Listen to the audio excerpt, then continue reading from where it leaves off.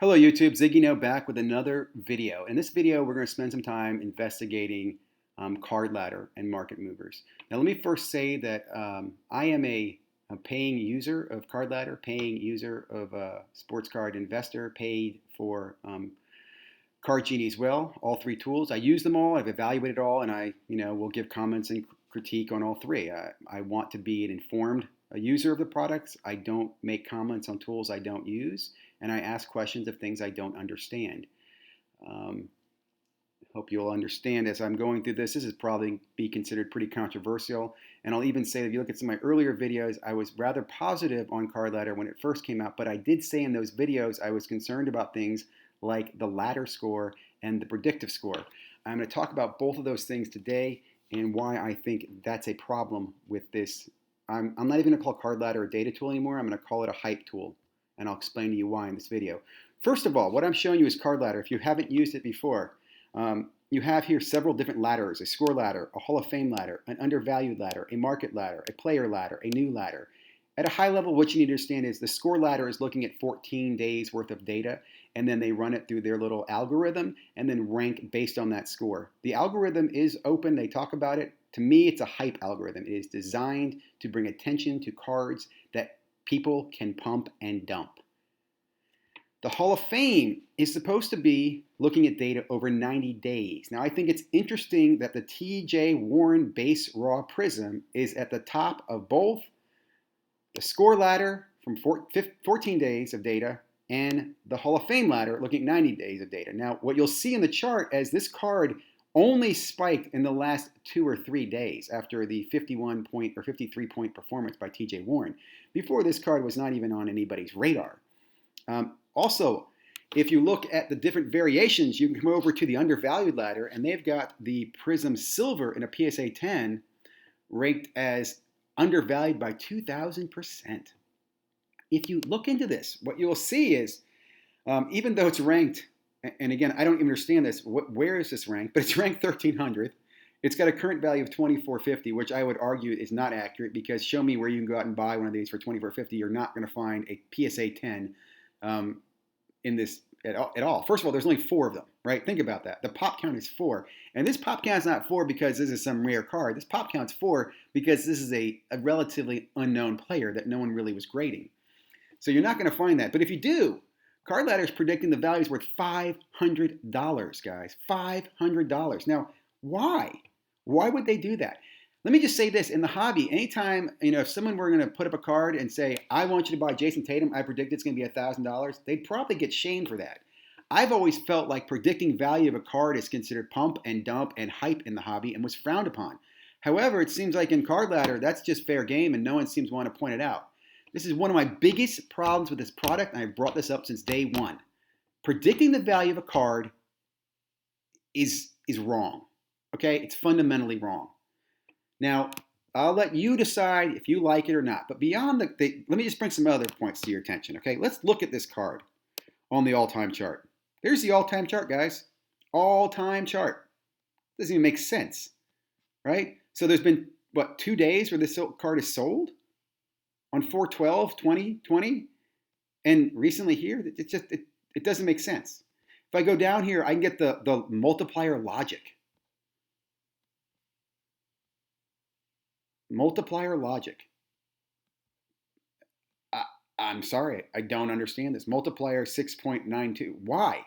Why? Now here's another thing I will point out. They're going to use this multiplier logic to tell you the predicted value of the silver PSA 10, but they're not going to tell you the predicted value of the silver raw or the predicted value of the raw, right? But you should be able to, using your multiplier, reverse engineer both of those things. When you look at a multiplier, you typically look at the value of the raw, you look at the value of maybe the PSA 9, the PSA 10. You can make those comparisons, right? What's the PSA 9 compared to the PSA 10? That's called a multiplier.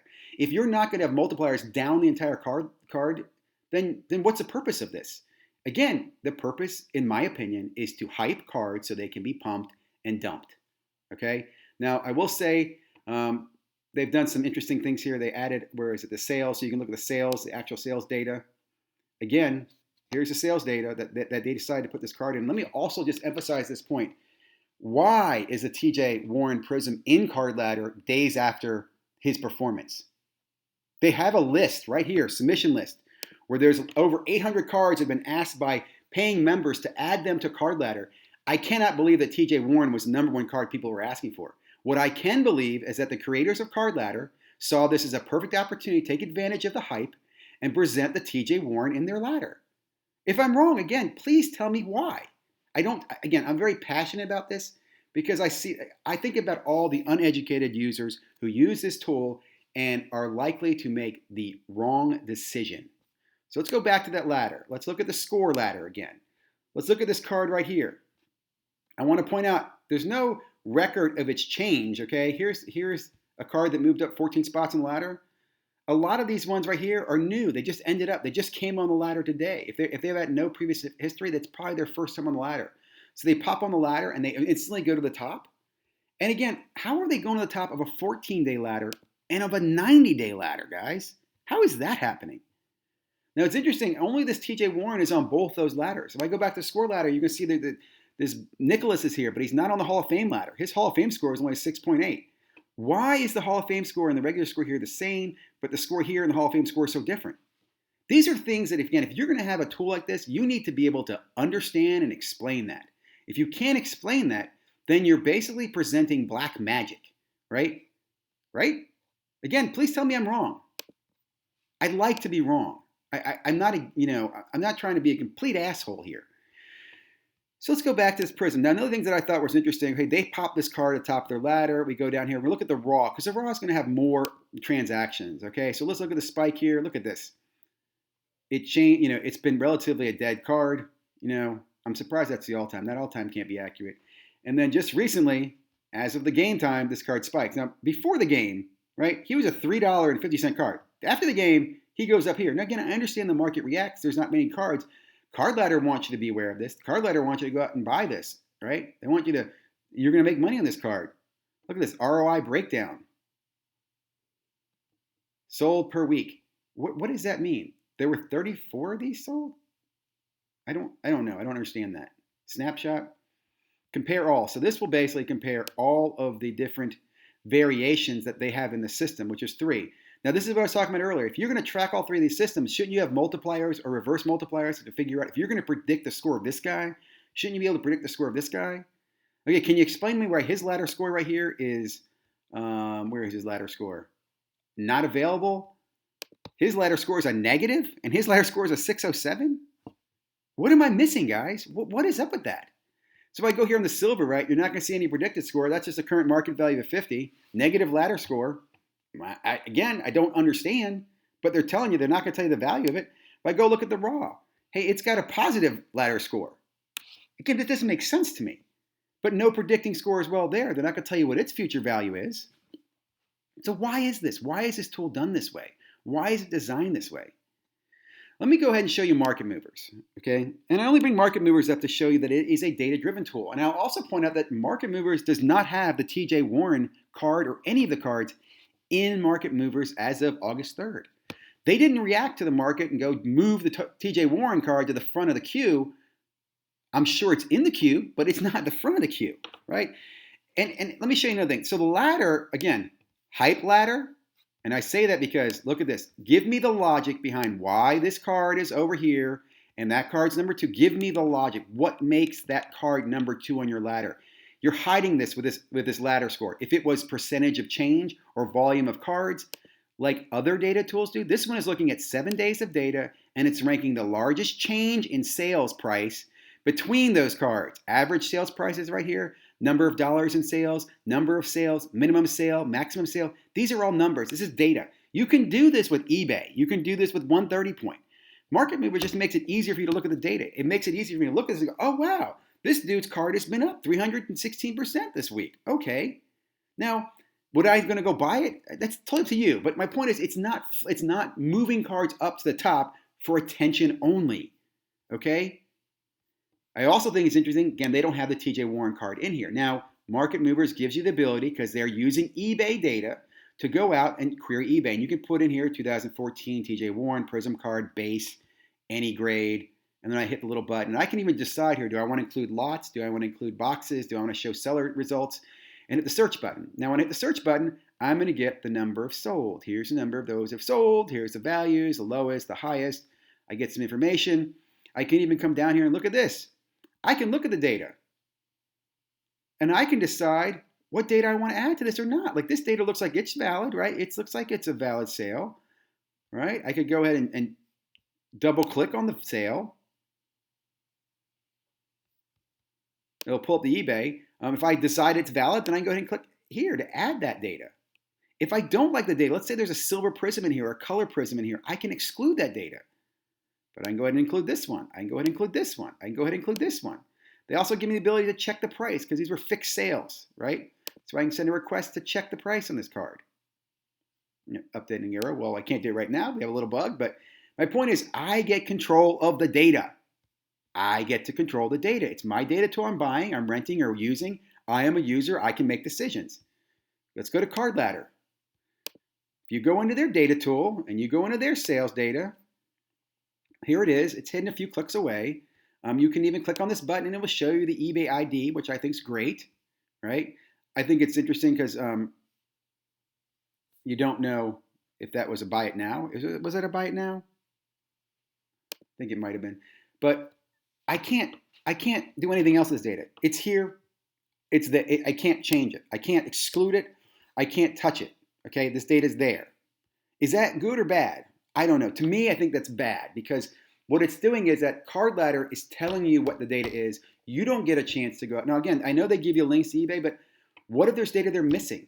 What if some of the data is inaccurate, right? I'm just supposed to trust them because Card Ladder tells me to trust them, right? Again, Jeff isn't telling me I trust him. Jeff's saying, here's the data. You like the data? Decide what you want to do with it. You move it around. You look at the graph. All he's showing you is the percentages of change in volume and sales price. There's one of the sales. Here's another sales. Again, these are both links from the Card Ladder tool. So let me go back to Card Ladder. Tell me I'm wrong. Tell me this tool is not used just to simply hype cards. A few other things that I'd like to mention. You're going to see a lot of LeBron James. You're going to see a lot of Lucas.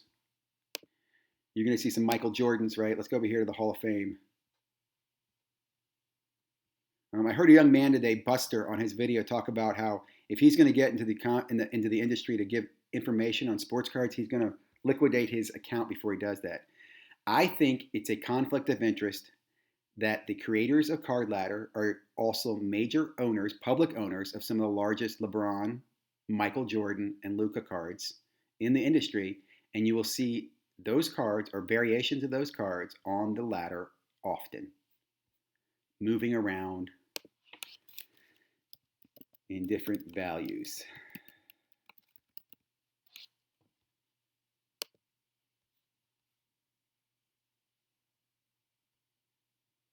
This right here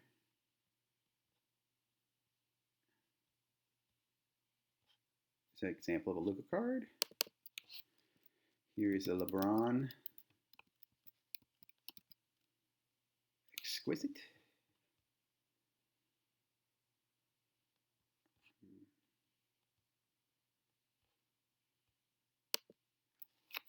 This is the card that sold for over $1 million. And I think this is even interesting. They have its predicted value at 1.2. I don't even know what to say there. But again, you'll see lots of big LeBron cards, big Michael Jordan cards, and big Luka cards in Card Ladder.